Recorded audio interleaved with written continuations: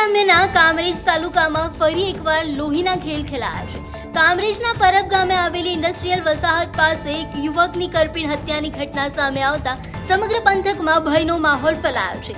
મિલની બાજુમાં આવેલ ખુલ્લા ખેતરમાંથી એક યુવકનો લોહી લુહાણ હાલતમાં મૃતદેહ મળી આવતા સ્થાનિકોએ તાત્કાલિક પોલીસને જાણ કરી હતી। પોલીસની પ્રાથમિક તપાસમાં જાણવા મળ્યું છે કે મૃતક યુવકનું નામ દીપક મિશ્રા છે, જે આ જ વિસ્તારની એક મિલમાં રહીને મજૂરી કામ કરતો હતો। યુવકના માથાના ભાગે કોઈ બોથડ પદાર્થ ઝીકીને નિર્મમ હત્યા કરવામાં આવી હોવાની આશંકા સેવાઈ રહી છે। ઘટનાની ગંભીરતાને જોતા સુરત જિલ્લા પોલીસ વડા સહિત એલસીબી અને એસઓજીની ટીમો તાત્કાલિક ઘટના સ્થળે દોડી ગઈ હતી। પોલીસે ડોગ સ્ક્વોડ અને એફએસએલની મદદથી હત્યારાઓના સગળ મેળવવાના ચક્રો ગતિમાન કર્યા છે। જૂની અદાવતમાં હત્યા થઈ છે કે પછી કોઈ અન્ય કારણ છે તે દિશામાં પોલીસે તપાસનો ધમધમાટ તેજ કર્યો છે। કામરેજ પોલીસ સ્ટેશનમાં જે પરબ ગામ છે એની સીમમાં આજે સવારે પોલીસને એક માહિતી મળી હતી કે એક વ્યક્તિ મરણજનક હાલતમાં પડ્યા છે।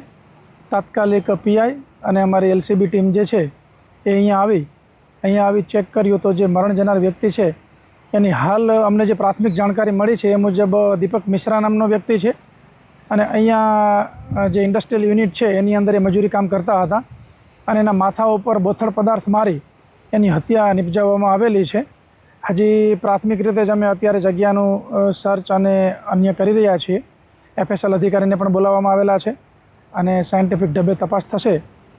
હાલમાં ફરિયાદ લેવાની કાર્યવાહી ચાલુ છે અને આરોપીને સત્વરે પકડી લેવામાં આવશે।